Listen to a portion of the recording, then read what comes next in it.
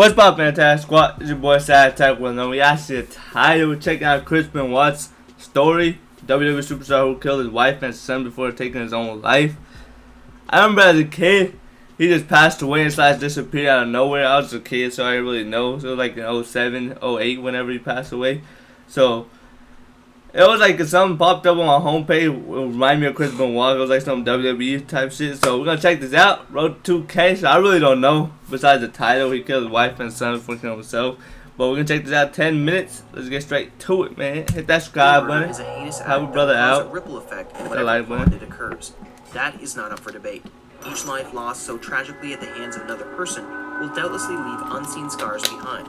However, there is something astronomically different when a murder occurs around or because of a celebrity. By definition, a celebrity is a famous person, or the state of being well known. While average citizens may never get to cross paths with these individuals, they are a large part of our lives and possess an otherworldly aura around them. Thus, when crimes occur to or at the hands of these people who seem so untouchable by common forces, it reminds us that everyone remains human regardless of their social status. One crime that will forever rock the world of those interested in professional sports is the double homicide of Nancy Benoit and Daniel Benoit, followed by the suicide of Canadian professional wrestler Chris Benoit. He definitely has CTE. I know that for sure. His whole finisher was him jumping off the headbutting people, bro. Like, I know that for sure, but like, dude, that's crazy. How old was he? Christopher Michael Benoit found his start in Canada. He grew up in Edmonton, Alberta, and was interested in professional wrestling from a young age. He idolized wrestlers such as Bret Hart and Dynamite Kid. The desire to be a wrestler solidified after attending a wrestling show in his preteen years. Hellbent on achieving his dream, Benoit would train for professional wrestling at the legendary Hart family dungeon. This was a dream come true, considering the trainer at the Hart dungeon was Stu Hart, the father of his idol Bret Hart. Damn. His experience in the Hart dungeon was seen in his in-ring wrestling style. He began his professional wrestling career under Stu Hart in 1985, spending a good decade wrestling in Canada and the United States, as well as Japan, to gain traction under himself.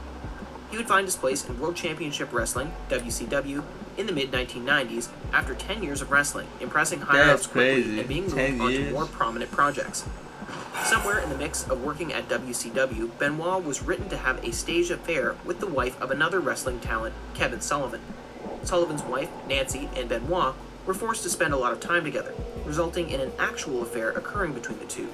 Nancy would end up leaving Sullivan for Benoit. That's crazy. I did not even know nothing. Like, this is crazy. She left that writing of WCW, especially when Kevin Sullivan was promoted to head writer. As a result, Benoit left the company in 2000 for WCW's rival, World Wrestling Entertainment, WWE. This departure would be accompanied by 3 close friends and fellow wrestlers, following a ditch effort by WCW to keep Benoit on the show by giving him the company's championship. He would continue working for the WWE until his passing. From what is reported, it reads as though Nancy had always had a toe in professional wrestling. Though she had initially started out as a model, she was known for attending shows with her first husband, Jim. She had helped with photography needs a few times and was contacted about a magazine cover for pro wrestling magazine, Wrestling All-Star. When she was on set for the photo shoot in 1984, she met Kevin Sullivan, who talked her into becoming a part of his entourage. While Nancy was married already at the time, she would end up divorcing her husband to instead marry Kevin in 1985. The on-screen affair with Chris Benoit began in 1996, Sullivan writing the storyline himself. It would result in the divorce of Nancy and Sullivan in 1997. He wrote the story himself? Oh my god. It would result in the divorce of Nancy and Sullivan in 1997. Nancy would become engaged to Benoit shortly after, the two marrying in November of 2000. Before their marriage, though, Nancy would give birth to their first and only child.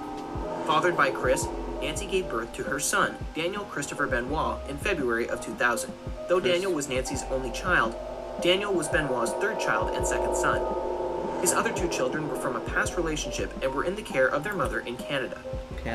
Daniel resided in Georgia with his mother while Benoit traveled around with WWE and is remembered fondly by Benoit and Nancy's wrestling co-workers. While the couple was married in November of 2000, after a few years of being engaged, it would be less than 3 years after their vows when Nancy filed for divorce. The filing came in May of 2003. Nancy was quoted as saying, "The marriage was irreparably broken," and citing cruel treatment from her husband. Yeah. Nancy also filed a restraining order against Benoit. So she's seen this low-key coming, bruh. she filed a divorce and she filed a restraining order, but she kind of knew he was a little crazy.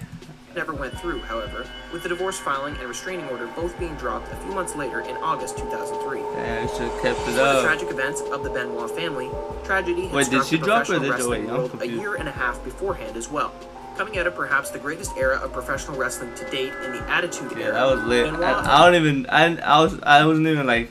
I didn't know nothing about that era, but looking back on it, bro, that was others who began in the clearly 1980s were thriving as they rode the post-Monday Night Wars wave of energy.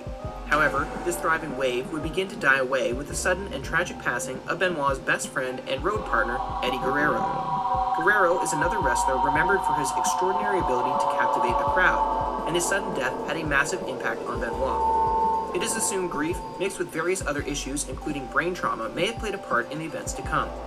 It was a weekend in June of 2007 when the tragic events occurred. While not much is known about what happened within the home, many wrestlers have come forward since to speak of receiving phone calls or text messages from Benoit the entire weekend. It is known from autopsy reports Nancy was the first of the Benoits to meet her demise. It is believed that Nancy was killed on the evening of June 22, 2007. According to reports, Nancy had been bound with both her hands and feet tied before being killed via strangulation. Daniel would be the next Benoit to die, believed to have been killed the following morning on Saturday, June 23, 2007. From toxicology reports, it appears as though Daniel was given Xanax before his father suffocated him in his bed. Perhaps as a means of asking for forgiveness in whatever headspace Benoit was in, he placed Bibles next to the bodies of both deceased family members. The next known course of action was a voicemail Benoit left for Chavo Guerrero Jr., the nephew of his deceased best friend. The voicemail spoke of Nancy and Daniel having food poisoning and how Chris himself would have to reschedule transportation for the upcoming shows.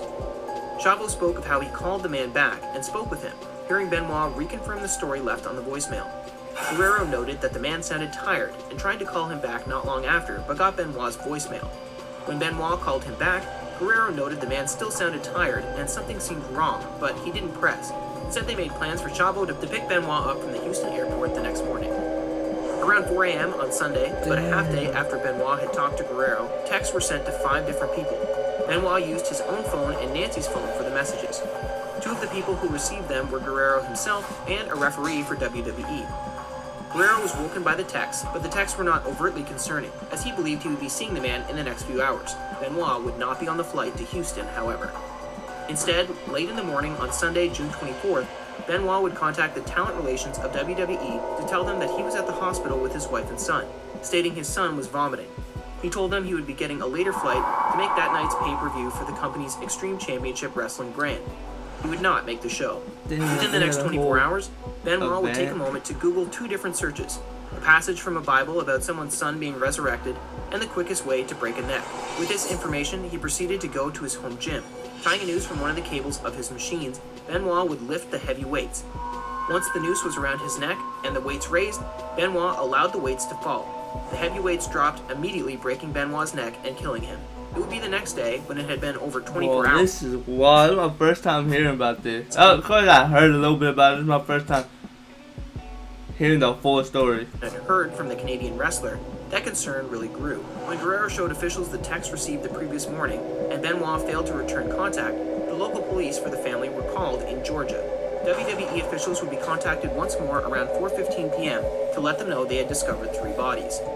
To this day, friends who talked about Chris Benoit will speak on how the man was a truly loving father, and the crimes came extremely out of left field. The WWE would pay tribute to the lost superstar before they had learned of the full details, but would just as quickly begin to distance themselves when they learned of the actual details.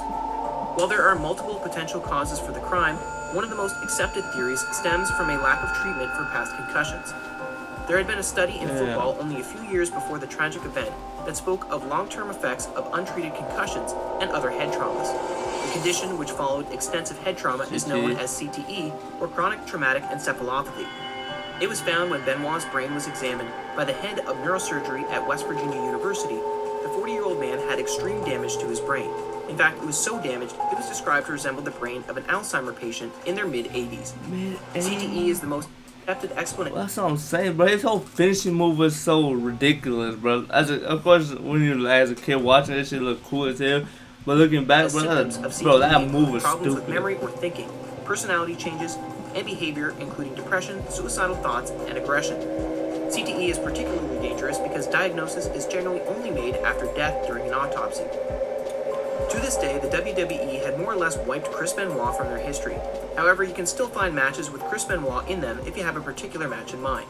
Despite being a Triple Crown champion in both WWE and their purchased rival WCW, Benoit will more than likely stay blacklisted. Some wrestlers will talk about Benoit to this day, speaking on the situation to clear any confusion as well as they can. One such person is Chris Jericho, who has utilized his Talk is Jericho podcast through the years, dedicating questions or episodes to the former Rabid Wolverine of wrestling or his deceased family members. Fans also still talk about Benoit, at times bringing up several conspiracy theories associated with the events. The passing of two major stars in their company led the WWE to stricter rules, promoting and maintaining focus on a steroid-free environment while also minimizing the headshots wrestlers take with weapons such as steel chairs. Therefore, even though Benoit may never have his name spoken on WWE television again, he did lead to reform in the business. If you're still hungry for more information, The Dark Side of the Ring opened their second season of the series with a 2-part episode on the topic. That's a long ass. That's an hour fucking 30. Damn. He did in 10 minutes. Alright, that's gonna do it for that video. If you enjoyed that, subscribe and allow road to 2K. Join the family. We're gonna stupid, we're gonna dummy. I'm out. Let's get it.